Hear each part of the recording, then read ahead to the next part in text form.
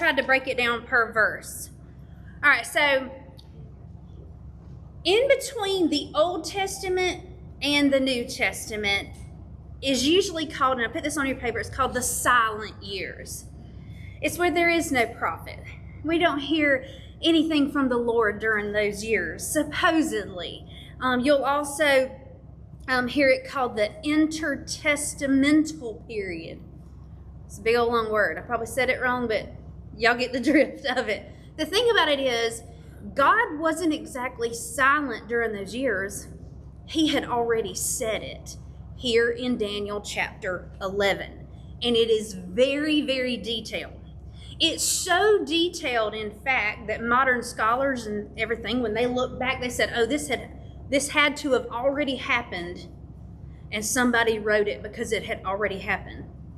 Nobody could write this detailed of a prophecy. And that's why it's so hard to teach. And I say it's hard to teach because you're not going to be familiar with the names. Like if I was to say Daniel and Nebuchadnezzar, everybody's pretty much heard of those. But if I say Laodice and Bernice, y'all aren't going to know who in the world I'm talking about. Not unless you took some kind of high level history class in college or anything. So I'm going to hit on certain things, but if I confuse you, I apologize beforehand. That's why I gave you this paper. So we're going to try to go through it as painless as possible. The important part is to know that it is so detailed. It is so detailed because God can give detailed prophecy. And when he gives prophecies, we know that if they've come true in the past, they're going to come true in the future because he's 100% faithful. So we'll start in verse 1. Also I, in the first year of Darius the Mede, even I, stood to confirm and to strengthen him. And now I will show thee the truth. Behold, there shall stand up yet 3 kings in Persia, and the fourth shall be far richer than they all. And by his strength, through all his riches, he shall stir up all against the realm of Greece. And again, this goes with prophecy because the Medes and the Persians team up together to take Babylon, right? And then after the Medes and Persians, Greece is going to come along. The angel had said it last week. This is another confirmation of it this week. And then you have history that confirms it as well, that it ended up exactly as God says. And a mighty king shall stand up that shall rule with great dominion and do according to his will. So the kings of Persia that it's talking about here, I know you're not going to know who I'm talking about. It's okay if you don't. These are the 4 names. I'm going to try to pronounce these. This is the southern pronunciation of it, okay? Cambyses, Pseudo-Smyrtus, Darius, Hystaspes, and Xerxes. Y'all probably all heard of Xerxes, right? Okay, so that one's familiar. And here is a relief, if y'all can see it, of Xerxes. Just so you know, historically accurate. All right. Now, there was over a century of war between Seleucid and Ptolemaic kingdoms. And this one that's going to come up, that's going to be strong, that's going to be Alexander the Great. Okay, if that makes sense. We've all heard of him. We've already seen him as he comes up and the horn is broken off while he's still young. His kingdom is divided into 4 kingdoms, his 4 generals. 2 of those are the Seleucids and the Ptolemy. All right, Seleucids are north of Israel. Ptolemy is south of Israel. All right, so picture it. They're in a war. Who's in the middle? All right, Israel's in the middle of all of this war. Kind of sounds like today, doesn't it? Like they're always in the middle of a war. But you have to see it from a strategic point too, where Israel is, at this time, it's the known world. It is called the navel of the world because it is surrounded by 3 major continents: Europe, Asia, Africa. To get to any one of them, you have to pass through Israel. Okay? So Israel's in the middle of the two. Now I'm going to jump back to the verses. And in the end of years, they shall join themselves together, for the king's daughter of the south shall come to the king of the north to make an agreement. And she shall not retain the power of the arm, neither shall he stand, nor his arm, but she shall be given up, and they that brought her, and he that begat her, and he that strengthened her in these times. But out of a branch of her roots shall one stand up in his estate, which shall come with an army, and shall enter into the fortress of the king of the north, and shall deal against them, and shall prevail. That sounds like a big riddle when we read it today. And this is just a marriage alliance. This kingdom and this kingdom, they're tired of war, so somebody's going to promise their daughter. And this is where you're going to get Ptolemy II sends his daughter Bernice to marry Antiochus II. Now, Antiochus II is not Antiochus IV.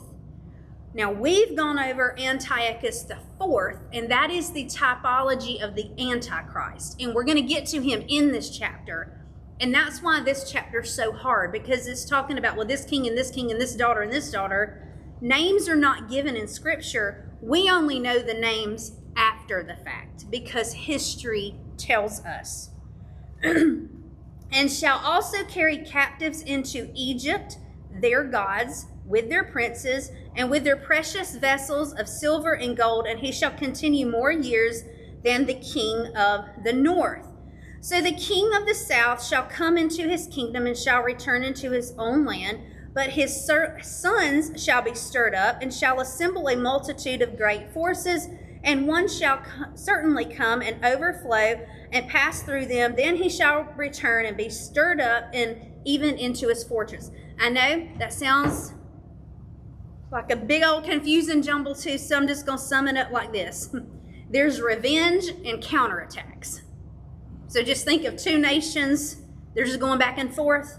It's a lot of political drama. All right, so Bernice's brother Ptolemy III invades Syria and wins. The Seleucid, they go back, do counterattacks, and they return home. Again, y'all can see on your paper.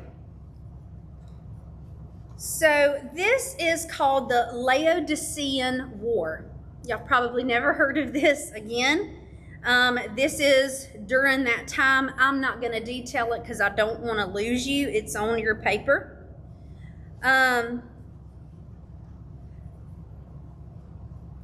One thing I want to point out is an archaeological find.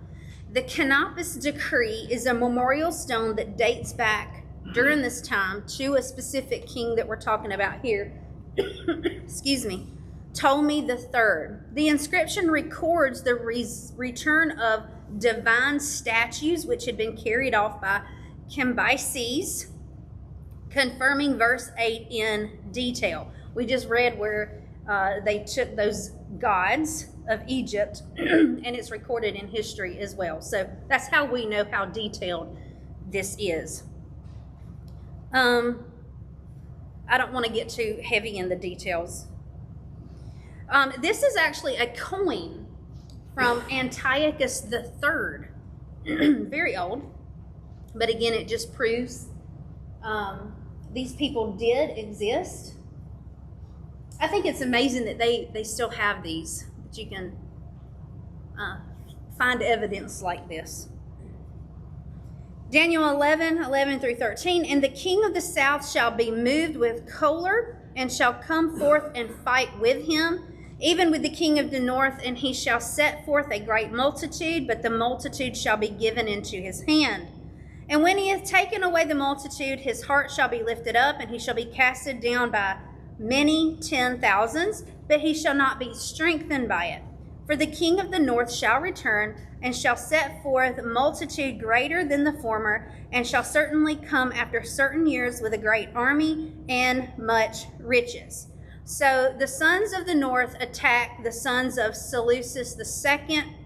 Notably, that's Antiochus the Great, he launches huge campaigns southward, and Ptolemy the Fourth initially wins, but later loses ground. This is just things that we don't know.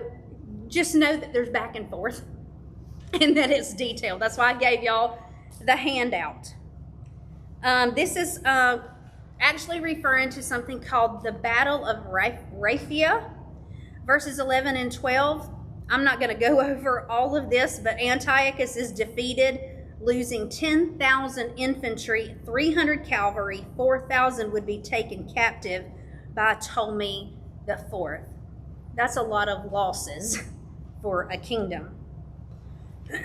Picking back up in verse 14, and in those times there shall many stand up against the king of the south.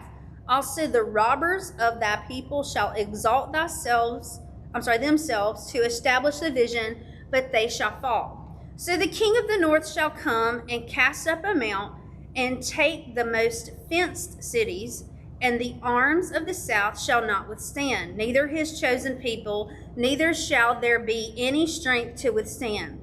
But he that cometh against him shall do according to his own will, and none shall stand before him, and he shall stand in the glorious land which his hand shall be consumed. Now, verses 13 and 14, this is the 5th Syrian war. Verses 13 and 14 tells of a future war where the north shall return to the south with a great multitude. These verses prophesy that history would name the 5th Syrian War.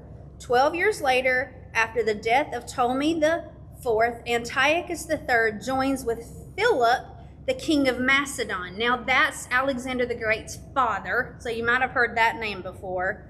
The two would take the Ptolemaic kingdom with a great army, just as history and prophecy records, and there will be an outbreak of rebellion and assassinations within Egypt. Y'all get a little bit of this in public school.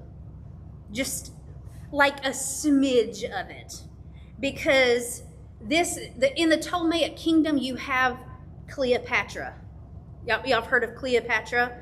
All right, there's like 4 of them, and we usually, when we're learning in school, I'm pretty sure it's Cleopatra the Fourth.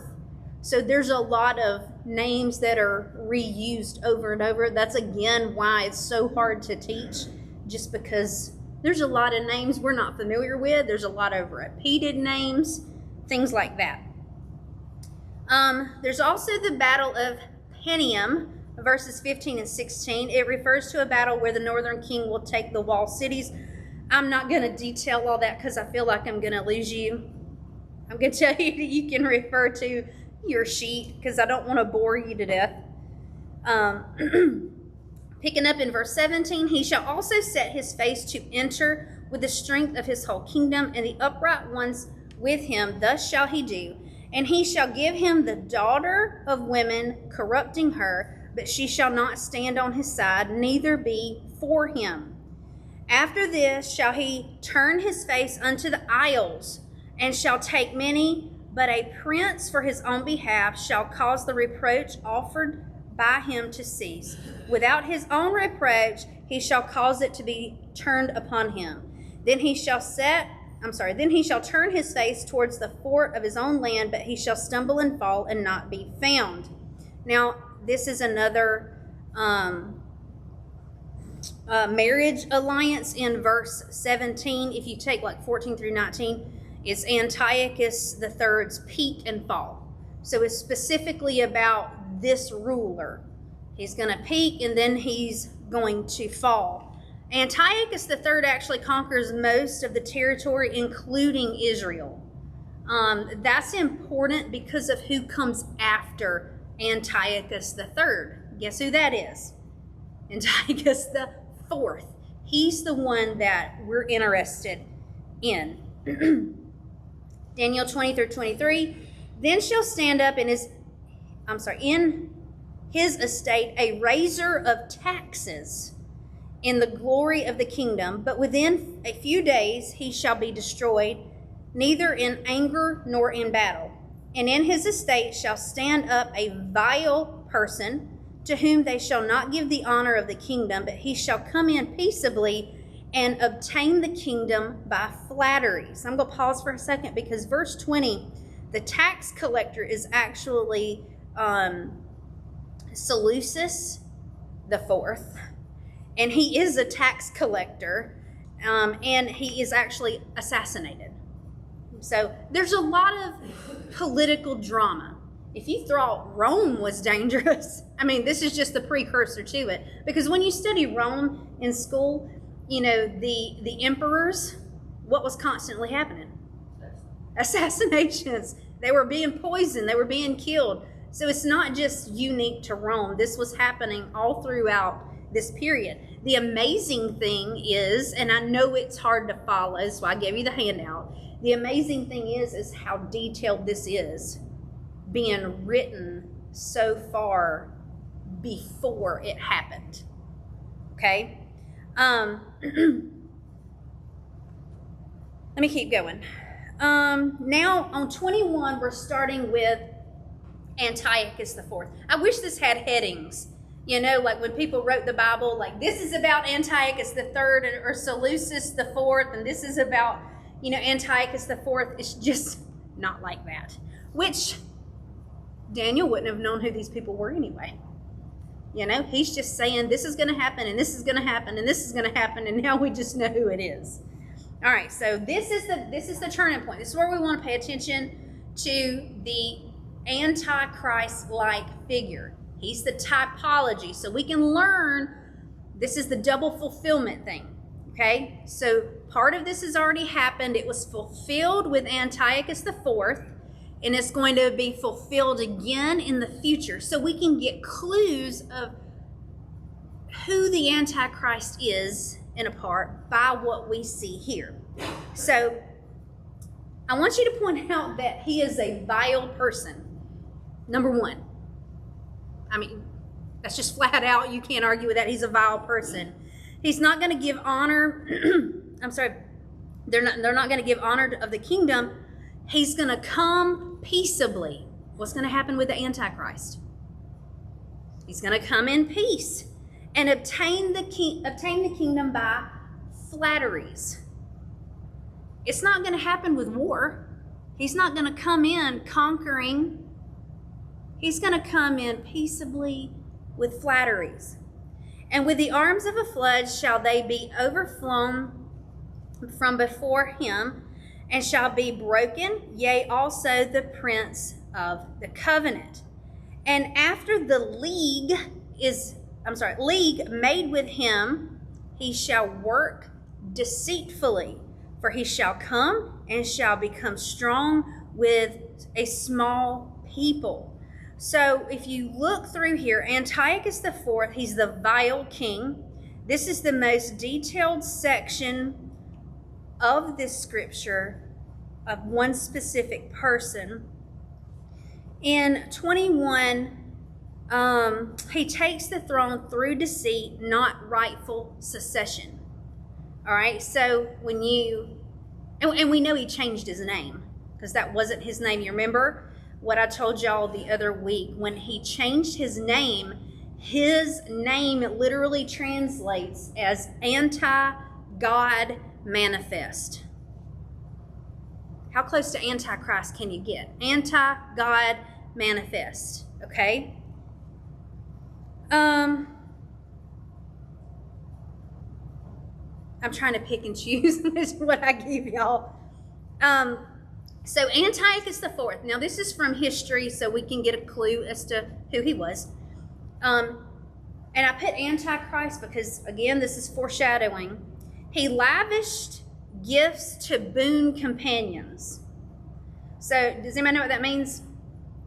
Like if you give somebody a boon, we don't really use that term a lot.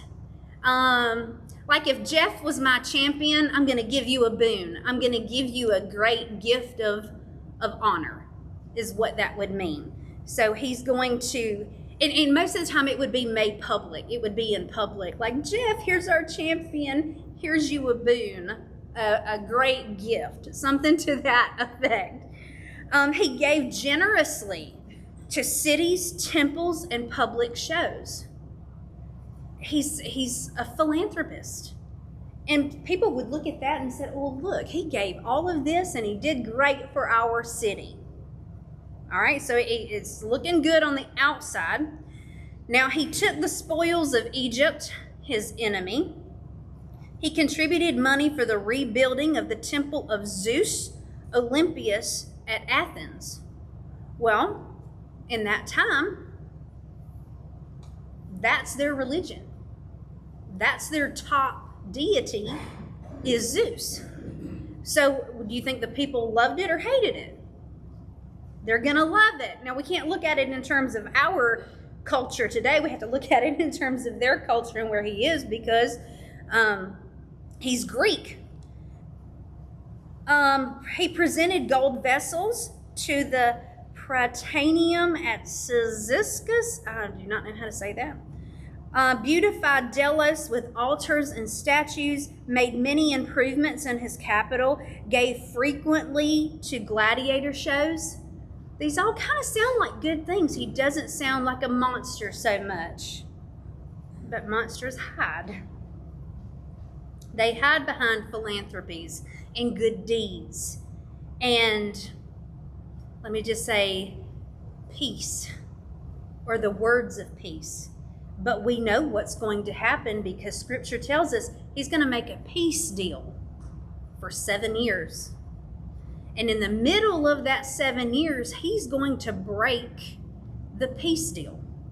That's when his true colors are going to really show. Let me jump back over to verses 24 and 25. He shall enter peaceably even upon the fattest places of the province, and he shall do that which his fathers have not done, nor his fathers' fathers. He shall scatter among them the prey, and spoil, and riches. Yea, he shall forecast his devices against the strongholds, even for a time.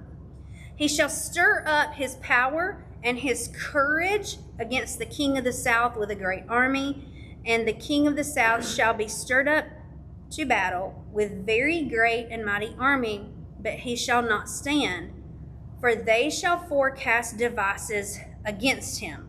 Now again, this is one of those dual fulfillments, because Antiochus IV is going to do this. It's just a mirror of the Antichrist in the future. So verse 25 is the first Egyptian campaign. It introduces another king, which is Ptolemy, I want to say Philometor, but I'm sure that's probably not what it is. It's probably something really elegant that I cannot pronounce. This Egyptian king demanded that the Seleucid kingdom belong to him by right of the aforementioned marriage contract between Ptolemy Epiphanes and Cleopatra the First. Antiochus Epiphanes, of course, had no plan on giving the Ptolemaic kingdom anything. In fact, he invaded. Okay? Now, I want to give you this, and I want to be clear when I give you this. This is from Maccabees.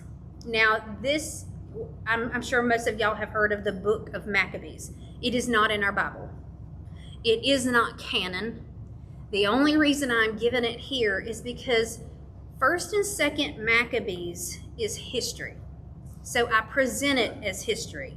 Okay? I'm not presenting this as scripture. It says in 1 Maccabees 1:18, and made war against Ptolemy, king of Egypt, but Ptolemy was afraid of him and fled, and many were wounded to death. This history confirms what Daniel 11 is saying. And the 1st and 2nd Maccabees are written during that period between the Old Testament and the New Testament. Most of the time you're going to find that in the Apocrypha or in like the Catholic Bible. They have more books than we do. And I'll just go ahead and give you the disclaimer now. You're going to say, well, why don't we have those books? Because they were never accepted as canon. They were never accepted as scripture. Even in their Old Testament, they have extra books. Those were the ones that the Jews never accepted as the Old Testament. It was something the early church fathers never accepted as scripture. There are verses contradictory to what we have in our Bible. That's why we do not go by those books. I just refer to Maccabees. If I ever refer to any, it's usually those two books, and it's for history during this period. 11:26 through 29. Yea, that they feed of the portion of his meat shall destroy him, and his army shall overflow, and many shall fall down slain. And both these kings' hearts shall be to do mischief, and they shall speak lies at one table, but it shall not prosper, for yet the end shall be at the time appointed. So if you picture this, it's two leaders sit down and they're just going back and forth.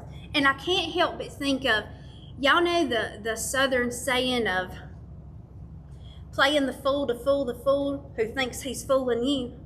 That's what I think about when I think of these world leaders sitting down. It's all just shadows and mirrors and lies to try to get what they want. That's exactly what they're doing. It's no different than today. Same thing. Then shall he return into his land with great riches, and his heart shall be against the holy covenant. He shall do exploits and return to his own land. At the time appointed he shall return and come toward the south, but it shall not be as the former or as the latter. So intrigue, deceit, and war. This plays out like a soap opera. I know, it really is. And that's why it's so hard to describe, because y'all don't even know the characters. And I'm telling you, this one's getting married to this one, and this one's, it's a... Antiochus is Victor. Do what? Antiochus is Victor. He has been around a long time. Like, really. I haven't watched it. He's still there. I'm with you, Ashley. Keep going. So he invades Egypt to the south. He makes alliances through lies. Sound familiar? He manipulates both sides while strengthening his own power. Sound familiar? It's all a manipulation. All right.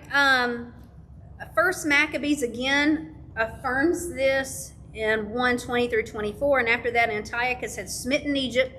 He returned again in the 143rd year and went up against Israel and Jerusalem with great multitude. And he entered proudly into the sanctuary, and he took away the golden altar and the candlestick of light and all the vessels thereof, and the table of shewbread and the pouring vessels and the vials. We know that all of these things are in God's holy temple, and the censers of gold and the veil. He took the veil and the crown and the golden ornaments that were before the temple, all which he pulled off. And he took also the silver and the gold and the precious vessels. Also he took the hidden treasure which he found. And when he had taken it all away, he went into his own land, having made a great massacre and spoken very proudly. That's another thing that we attribute to the Antichrist is pride. Well, who fell from pride first? Satan. All right, we're linking this. I want to show you this. This is a coin of Seleucid King Antiochus Epiphanes. Can y'all see this? His head. And this is the obverse of it. I'm not sure exactly what this is, but I think it's a boat or like one of their warships that has the oars, sweeps. I guess that's what they call them. That's the only thing I can think of that it looks like. Here is his bust, Antiochus Epiphanes IV. Let me keep going. For the ships of Chittim shall come against him, therefore he shall be grieved and return, and have indignation against the holy covenant, so shall he do. He shall even return and have intelligence with them that forsake the holy covenant.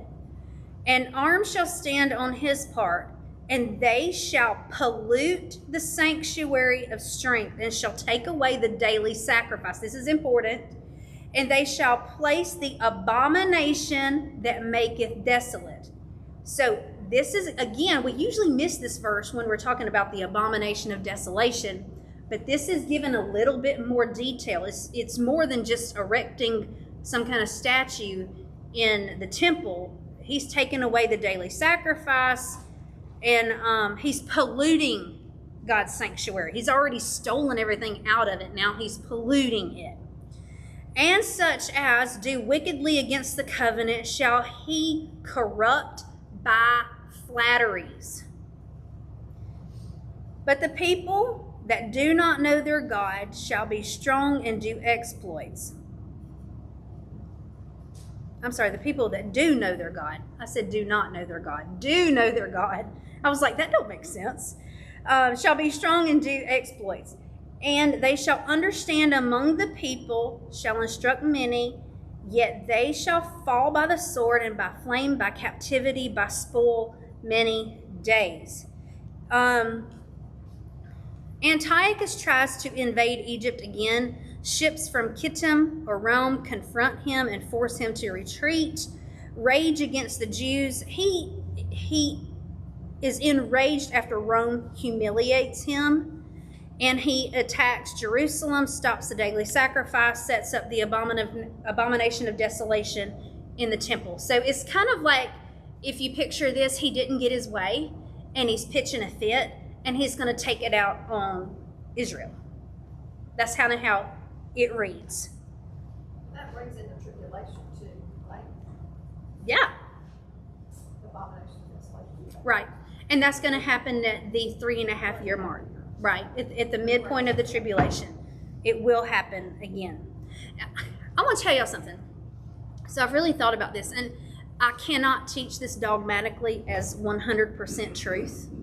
But when you try to map things out, I can see or picture this in my head, that when the Antichrist comes on the scene, he makes a peace deal and he says, okay, you can have your temple. And it's going to take 3.5 years to build. Because the Bible never says we have to have the temple before he comes on the scene.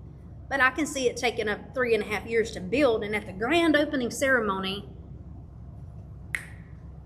that's the switch. We're going to put the abomination in the temple. I can see that. I can't teach that 100%, but I can see that as a possibility. Because all the Jews are going to be on board because they finally get their temple.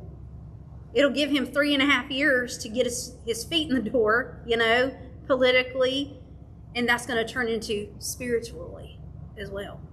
So that's just one of my ideas. I read that Israel has everything for the temple. Yes, They're they do. ready. So They have priest garments. They just can't Yep. get to the temple. Right. And they've been doing sacrifices for years. Right. They're just not Right. there.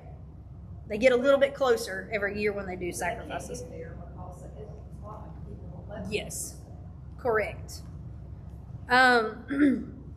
34 through 36. Now, when they shall fall, they shall be whole pen with little help, but many shall cleave to them with flatteries.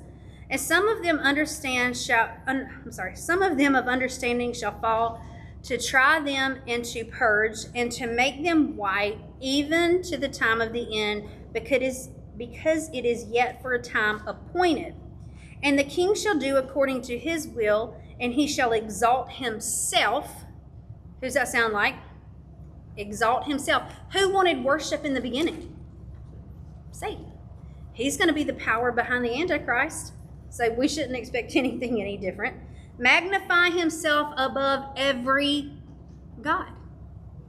He shall speak marvelous things against the God of gods, and shall prosper till the indignation be accomplished, for that is determined shall be done.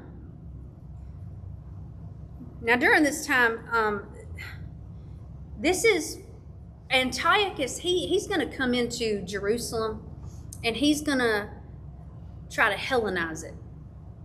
All right, he wants everybody to speak Greek, think Greek, worship Greek. That was what he did. And if you didn't agree, you're out.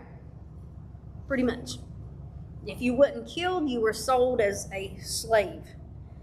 Neither shall he regard the God of his fathers, nor the desire of women, nor regard for any God, for he shall magnify himself above all.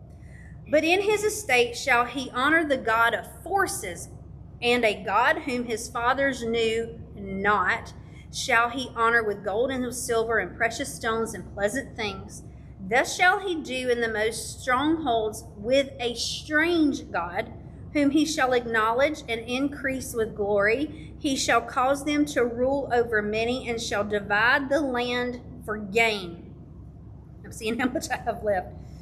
And at the time of the end, shall the king of the south push him, and the king of the north shall come against him like a whirlwind, with chariots and with horsemen and with many ships, and he shall enter into the countries and shall overflow and pass. He shall enter also into the glorious land, and many countries shall be overthrown. But these shall escape out of his hand, even Edom and Moab, and the chief of the children of Ammon.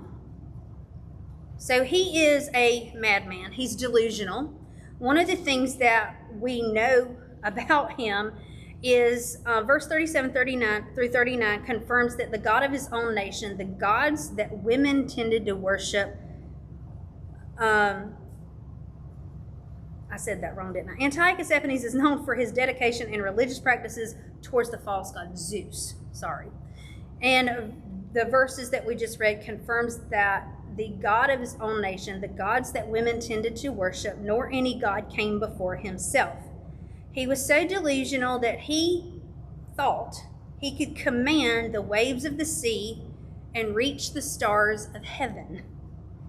The God of forces is mentioned in verse 38 is unclear. Several commentaries translate Zeus, which is Greek, Jupiter, that's Roman. You can use those interchangeably. Same thing. It's just, different kingdoms. For the future Antichrist, the God of forces refers to strength, military, politics, and religion. We know that he's going to come in, he's going to battle. This is going to be called the Maccabean Revolt. That's the part that the Maccabees goes over. Instead of outright warfare, it was more like guerrilla warfare with Judas Maccabeus and his sons. And during that time, they're going to start appointing high priests. And the high priest that they start appointing is not from the tribe of Levi or Zadok, which is in the Bible. To be a high priest, you have to be from these tribes.